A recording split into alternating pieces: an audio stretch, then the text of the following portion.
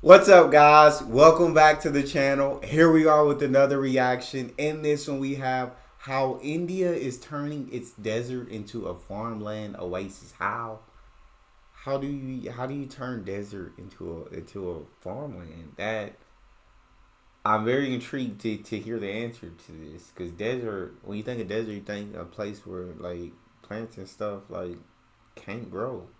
Stuff can't grow. Before we dive in, if you guys happen to enjoy, please don't forget to smash that subscribe button. Give the video a thumbs up. Also, if you would like to support this channel by becoming a member, all you gotta do is hit that join button to receive your exclusive benefits. Let's dive right in. How do you turn a desert green? To find out, I traveled to the Thar Desert of northwest India, the world's most densely populated desert, where 25 million people survive in some of the most extreme conditions on Earth. It's one of the hottest places in the world, but amazingly, they not only survived this harsh landscape, but actually created a thriving agricultural system by carefully using their small amount of rainwater. It tastes like a miniature apple. Very good. Places like the Thar Desert have proven that you can create water resilience, food resilience, and climate resilience, even in a place with these conditions. And in this video, I'm going to show you the 3 major techniques that make life possible here. And it starts by building the perfect pond. Pretty nice, huh? Right here in the middle of the desert. Normally in a hot desert like this, you would not want to have a big open body of water because of the high evaporation. You'd want to soak the water into the ground and build a groundwater reserve to draw from. But here, because of the geology, no wells will really function because the water's salty beneath the ground. Besides that, a lot of the areas that we visited are literally surviving on 1, 2, or 3 rainfall events in the year, where short, intense monsoon rains dump over the whole landscape, and a large volume of water is flowing everywhere for a very short period of time. That is all the water they have to live on for the entire year. In these conditions, large surface ponds are the answer. And these large ponds need to be perfectly placed within the landscape to maximize water collection during the brief rainstorms. And then the overflow from the ponds needs to be perfectly managed to take maximum advantage of that resource. There's enough of a watershed feeding this pond that it'll fill this pond up, and this pond actually never goes dry. So it really speaks for the very wise placement of this pond. They worked with the villagers to dig this pond out, and they basically created a permanent water source prior to this. That's absolutely insane. Like, it's so freaking incredible to me to see like humanity at work, bro. Like, there's a problem. Humanity gonna find a way to figure it out. They just dug a pond. They said, you know what? We're only going to get 1 to 3 rainstorms a year. And granted, they are monsoons where it is absolutely coming down. Like, my days, I would not want to get stuck out in one of those. But they dug up this pond in the perfect area. And now you have access to water all year round with only 1 to 3 rainstorms coming. Like, come on. This pond being here, the closest larger water source was 10 kilometers away. When people are needing to refill their domestic reservoirs at their homes, tanker tractors come, pull up here, and pull water out of this pond right here, and then distribute it out to local villagers for their domestic supply. But the most fascinating part is the way this pond is connected to an entire agricultural system. This field is actually the overflow from the pond that we just saw. So when that pond is full, it spills over, it floods this field, and then you'll see on the bottom boundary of this field is this berm. So each field is like its own shallow rainwater collection pond. This is the second crucial technique. Every farm field is a water harvesting basin. Right here, this is the spillway, and this spillway will lead it down then to another series of agricultural fields. And these field basins overflow from one to the next during heavy rains. The farmers have only one narrow window of time to get their crops in the ground, but the rainwater farming technique ensures that even just one rainstorm will allow a crop to be planted, and then they grow from the moisture that's stored in the soil during the rains. You can see that they have a diverse tree plantation along the bunds that helps to hold these berms when there is a lot of water here to stabilize the soil and lessen the erosion. It's really interesting actually in a desert climate seeing the integration of field cropping and tree cropping. Yeah. It's sort of like a low-key agroforestry system. So this we have kedgeree and we have bear. Both of these have a food component to them that people can eat, but they are also for fodder, wind protection, erosion control, firewood, shade. This is so absolutely like bonkers to be like, because I know nothing about farming, I know nothing about agriculture and all of this, and so like I kind of get to learn how they figured out how to. This was a desert, bro. Like this was a desert, and now all you see is green. Like, that is truly mind-blowing to me. If that's not amazing, if that's not humanity figuring it out, say, you know what, Mother Nature, I'm going to have to go ahead and take command here. I'm going to have to take charge here and use you to my advantage. And that's what they've done. All of this has been made possible by their ingenious management of surface runoff and storing water in surface ponds and surface tanks and surface catchments for direct use from those reservoirs. This pond was built in 2003 by Gravis. Gravis was founded in 1983 on the principles of Mahatma Gandhi to serve and uplift the poorest and most marginalized people as part of creating a just and non-violent society. We are teaching farmers, if you harvest the rain for drinking purpose, for livestock, for agriculture purpose, you can use this water for good farming.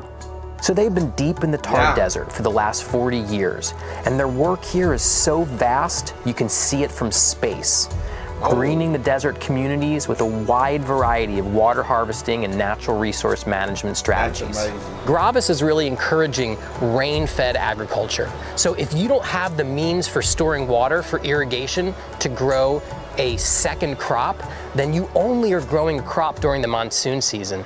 It's a marginal life because if the rains fail one year and your crop fails, you have no income. But if farmers use these techniques to catch almost every drop of rain when it does fall, the fields flood and the result is a lush, wet landscape that we see here. So we are teaching those farmers who are not knowing such technologies, how they can adopt and then use these technologies in their farm field. That's amazing. So now you are seeing a lot of greenery here, and other side, dryness. So we are going to the driest part of the driest part of India to see some water security work by Gravis Jodhpur. The third technique is home-scale water harvesting. Having rainwater collection and storage at the home is so critical. When people lack a domestic water supply, then traditionally the women have to walk a great distance every day to fetch water from some source. This impacts the educational prospects of young women because they're busy fetching water all day and can't go to school. So these rainwater harvesting tankas are so important for the society of the Thar Desert dwellers.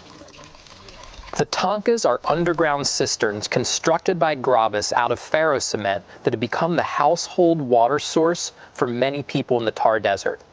There are those that collect water directly off the roofs of houses, and also those that collect runoff directly from the ground surface. This is a 20,000 liter underground tank right here. This is what they call a tanka. And there's this small catchment area right here. These diversion drains basically collect all the runoff from this hillside. And then the water is taken through this zigzagging silt trap to get the sediments to settle out of the water, and then the water overflows into this tank here. They said the last time it rained, this tank was filled up and it lasted for about 5.5 months, and now they're filling it with water tankers from places like the pond that we just saw. village of Bakri. Bro, this is legit. I'm sounding like a broken record because I keep repeating, but like it's so cool. Like it's so amazing. There's so much ingenuity going on here. Like, yeah, they figured out. You know what? We gonna make the desert green, and this is exactly how we're gonna do it. And I'm bewildered. I'm stunned. I'm shocked. I'm amazed. I'm impressed. Population Wow. 3,000 to 5,000. Very arid, very sandy. This is actually rainwater from the roof that is channeled into this tanka right here. And you can see a simple pump gets it up into a bucket. Oh, look at that, how they built this rainwater harvesting tank right into the deck of the house. It's part of the house. बरसात तो कभी कभी तो भारी होती है कम कम मतलब 10-15 inch होती है. This family here used to walk 4 kilometers to get water. Basically, they would spend a good deal of their time just fetching water to this very dry location. The groundwater here is very saline, but with the help of Gravis, they constructed this tanka. A bad year here is like 2 to 3 inches of rain, and a really good year here is about 15 inches of rain. So basically, given the roof surface here and this 20,000 liters, they're hoping for a good year to fill this tank up to last them through half the year. When they get water from tanker trucks, they've had situations in the past where the water had poor quality. It was high in minerals, so it gave them joint pain. Now they put in this sand filter here, so when a tanker truck comes, the water's actually filtered before it goes into the tank. The last structure we visited was like an ancient version of the tanka, where a well had been carved into the bedrock. But the well was not reaching the groundwater table. It was just collecting surface runoff and storing it in the excavated hole. Most places that you see a well like this, it is to reach the groundwater table, but here it is just to store surface runoff into a deep underground reservoir. It's not really a well that accesses the groundwater, it's an excavated tank into the rock. Your grandfather built this, and it's been here for 60 years. It holds 300,000 liters of water here, and Gravis came and put in the silt trap and made the structure more whole. But this is an example of a successful ancient technology. This supplies water to 2 families and it lasts all year round. Wow. So we are creating pastures, we are creating farming dikes, we are creating underground drinking water storage tank, we are creating seepage wells, we are renovating and regenerating the community rainwater harvesting ponds, and we are also creating so many village level institutions. Visiting the work of Gravis, who's been working here for nearly 40 years, we visited many sites and saw so much work that they've done and how they have changed the livelihoods of the people here that I get some inspiration and hope. Because what Gravis has shown here is that you can actually make an area that is this harsh, this hot, with this marginal rainfall, you can make it inhabitable for people. You can create water resilience, food resilience, and climate resilience, even in a place with these conditions. Are you ready to transform desert? That's legit awesome. Shout out Gravis, bro. Gravis is out there doing amazing work. These families are good off of 1 to 3 freaking rainstorms per year.